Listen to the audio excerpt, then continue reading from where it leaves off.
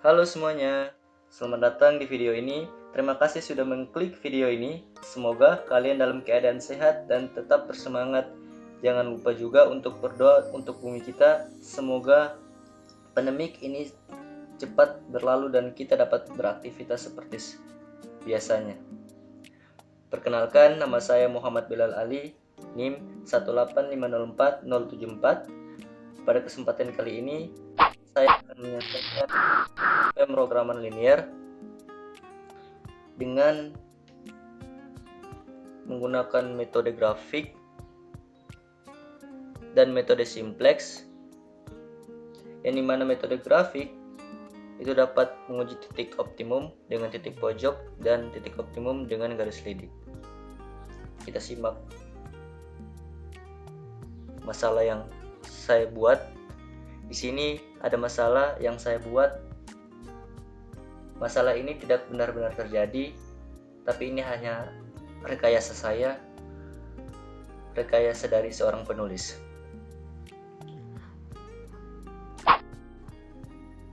Adapun tata cara dalam pembuatan grafik itu, apabila soalnya berbentuk cerita, kita harus tentukanlah fungsi tujuan dan fungsi kendalanya.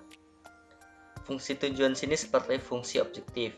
Jadi fungsi kendalanya sini 168x tambah 112y kurang dari sama dengan 336. 30x tambah 60y kurang dari sama dengan 120, x lebih dari sama dengan 0 dan y lebih dari sama dengan 0. Di sini x bertindak sebagai rumah sakit di rumah sakit A dan y itu bertindak sebagai rumah sakit B. Sedangkan 168 itu bertindak sebagai proses isolasi. Persamaan 1 bertindak sebagai proses isolasi, persamaan 2 itu bertindak sebagai proses rehabilitasi.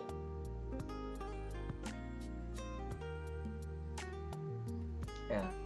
Untuk menguji titik pada grafik oleh persamaan,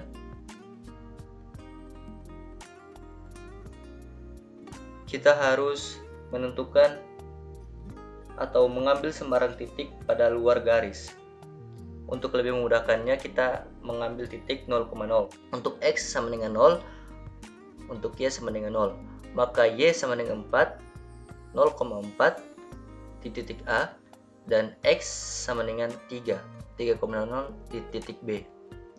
Pada persamaan 2, kita melakukan hal yang sama, yaitu mengambil x sama dengan 0 dan y sama dengan 2, 0,2 atau titik C, kita sebut dengan titik C.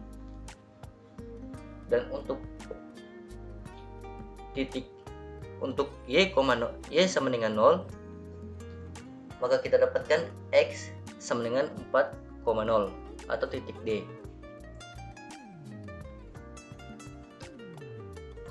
Nah, untuk menggambar fungsi kendala dengan mencari titik potong fungsi tersebut dengan sumbu x dan sumbu y.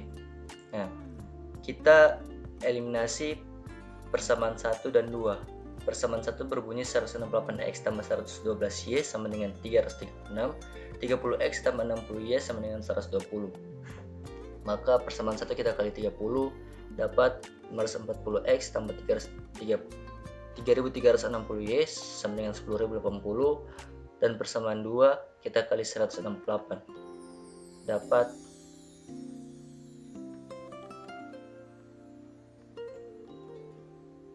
kita dapat 6.700 minus 6.720y sama dengan min 10.080, maka y sama dengan 1,5. Kita substitusikan nilai y sama dengan 1,5 tadi pada persamaan 2, maka kita dapat hasil 60 kali 1,5 sama dengan 90, 30x 120 kurang 90, 30x x sama dengan 1. Jadi titik E itu adalah 1,5.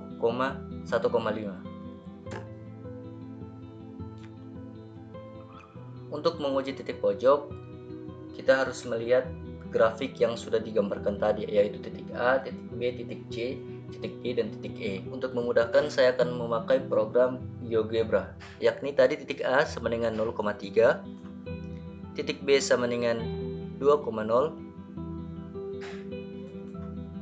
titik C sama dengan 0,2, titik D sama dengan 4,0, dan titik E itu adalah perpotongan antara titik AB,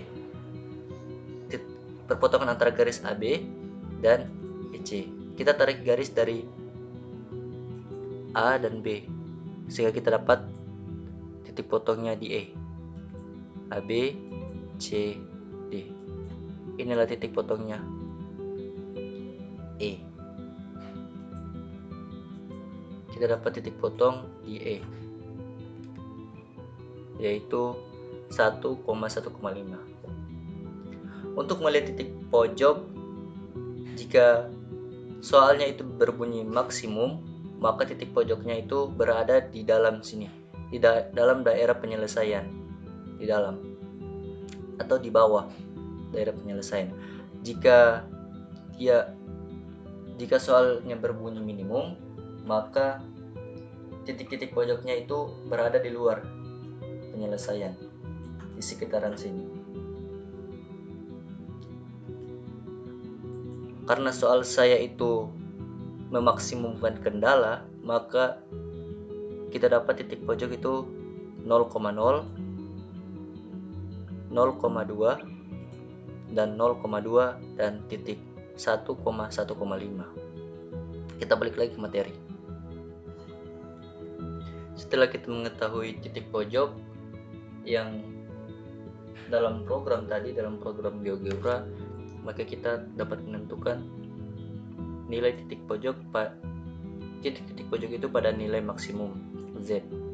Di sini fungsi objektif atau fungsi tujuannya itu yaitu Z sama dengan 30X tambah 20Y, maka di titik pojok 0,0 Z sama dengan 0. Di titik 2,0 Z sama dengan 60. Di titik 0,2 Z sama dengan 40. Di titik 1,1,5 Z sama dengan 60. Kita masuk kepada garis lidik.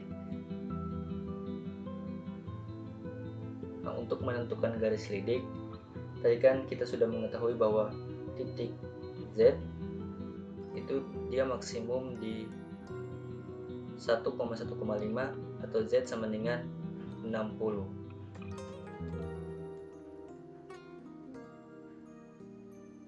Di garis lidik, bila daerah penyelesaiannya itu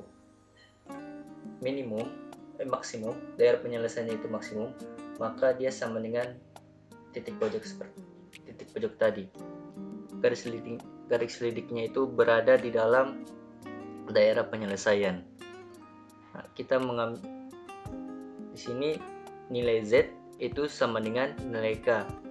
Jika kita mengambil nilai K 30, maka garis lidiknya itu masih berada di daerah penyelesaian. Bila kita mengambil nilai K 35, maka masih berada di dalam daerah penyelesaian. Begitupun 45. Nah, jika kita mengambil nilai 60, maka dia merupakan nilai maksimum.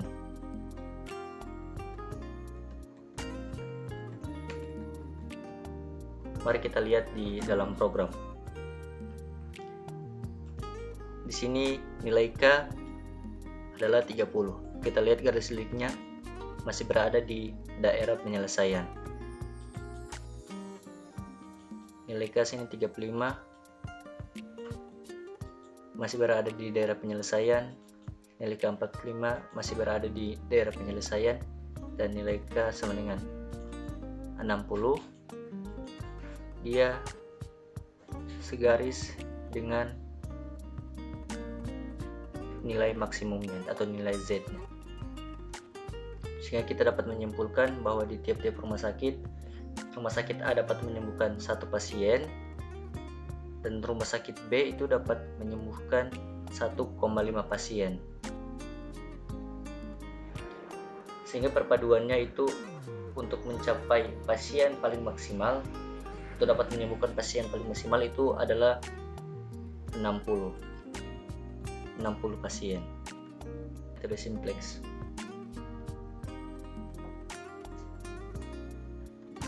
Metode simplex di sini kita percepat dan soal yang tadi.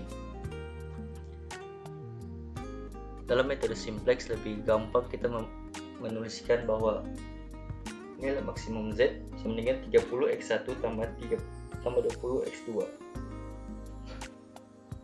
yang dimana x1 ini berperan sebagai X dan x2 ini berperan sebagai Y.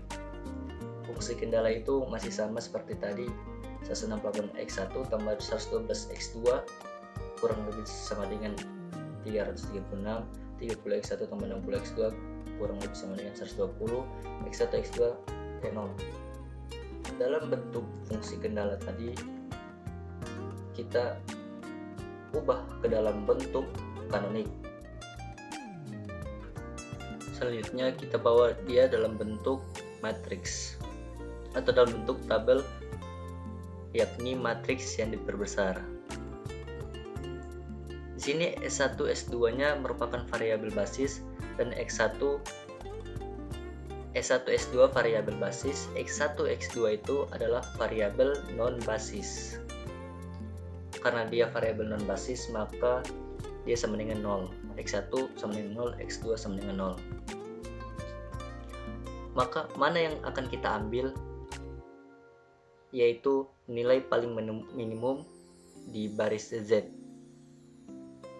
Kita lihat di sini yang paling minimum itu adalah minus 30. Jadi yang kita ambil untuk baris pivot itu adalah X1 dan baris X1.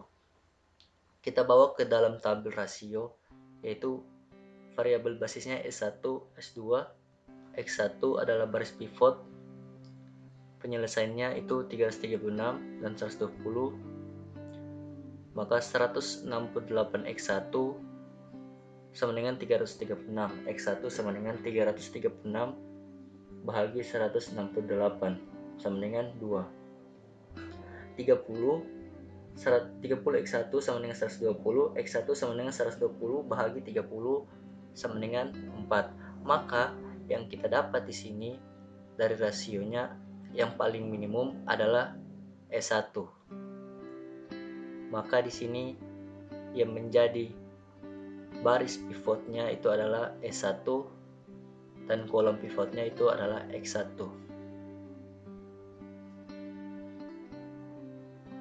Yang merupakan elemen pivot atau bilangan paling terkecil yaitu dari rasio adalah ini. Elemen pivotnya adalah 168.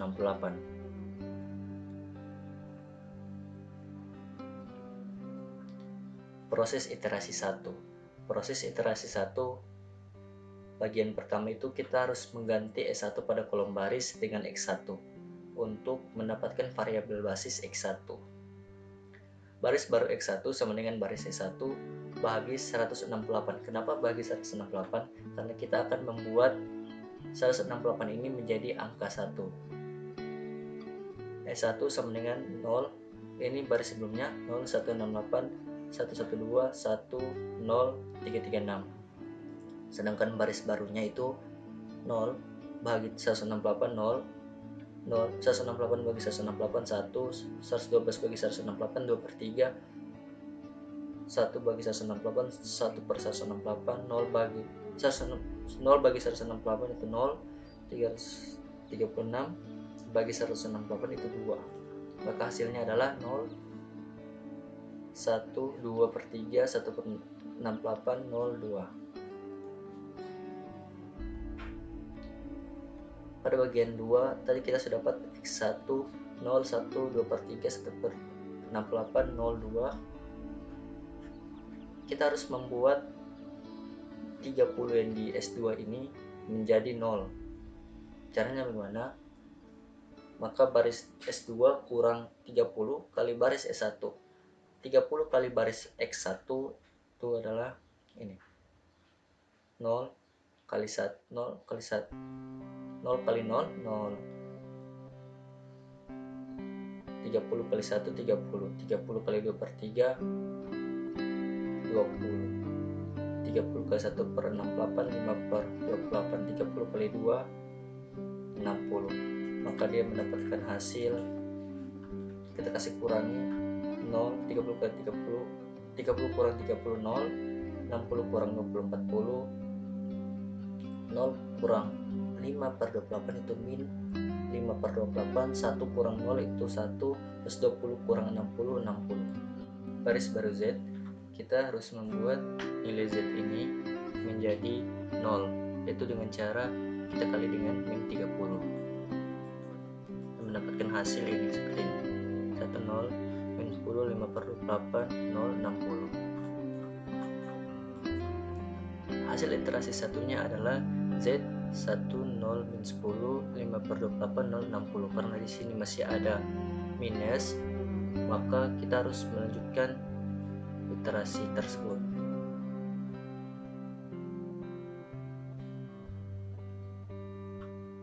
Nilai minimumnya sini adalah di kolom X2 ini adalah min 10, maka kita dapat variabel basis X1, X2, 1/2 X2, penyelesaiannya itu 1/2 X2 sama dengan 2, X2 sama dengan 4, X2, X 40 X2 sama dengan 60, X2 sama dengan 60 per 40 sama dengan 3/2, maka nilai minimumnya itu adalah ini, elemen pivotnya adalah 40. Di tabel di kolom X2 dan baris S2. Iterasi kedua yaitu mengganti S2 pada kolom baris dengan X2. Baris S2 kita bahagi dengan 40 untuk mendapatkan nilai 1. Hasilnya 0, 1, min 1/224, 1/40 dengan 32. 60 bagi 40, 3/2. Langkah dari iterasi 2 yang selanjutnya itu adalah baris baru X1 sama dengan baris X1 kurang 1/2 kali baris baru X2, yaitu 1/2 kali baris baru X2 adalah 1/168 kurang 1/448, maaf itu minus 1/1448, itu hasilnya adalah 51334,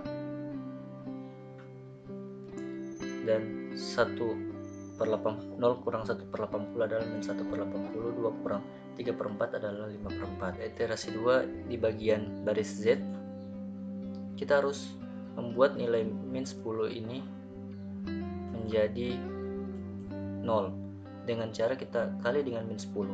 Min 10 kali 1 adalah min 10, min 10 kali 0, 0, min 10 kali 0, 0, min 10 kali 1, min 10, min 10 kali minus 1/224 adalah 5/112, min 10 kali 1/40 adalah min 1/4, min 10 kali 3/2 adalah minus 15. Maka kita mendapatkan hasil 100 15/112, 1/4, 7/5.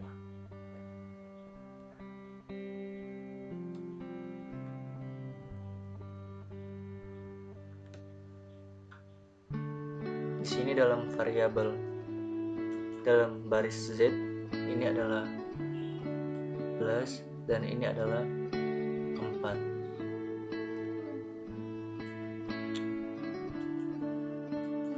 Ini adalah 4.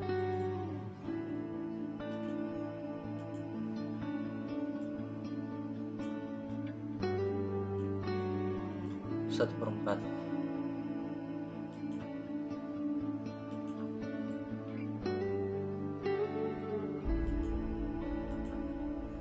Maka kita akan mendapatkan variabel basisnya itu adalah X1 sama dengan 5/4, X2 sama dengan 3/2, Z sama dengan 7/5. Dan variabel slack, karena variabel slack ini bukan variabel basis atau variabel non basis, maka dia hasilnya adalah 0, 1. S1 adalah 0, S2 adalah 0.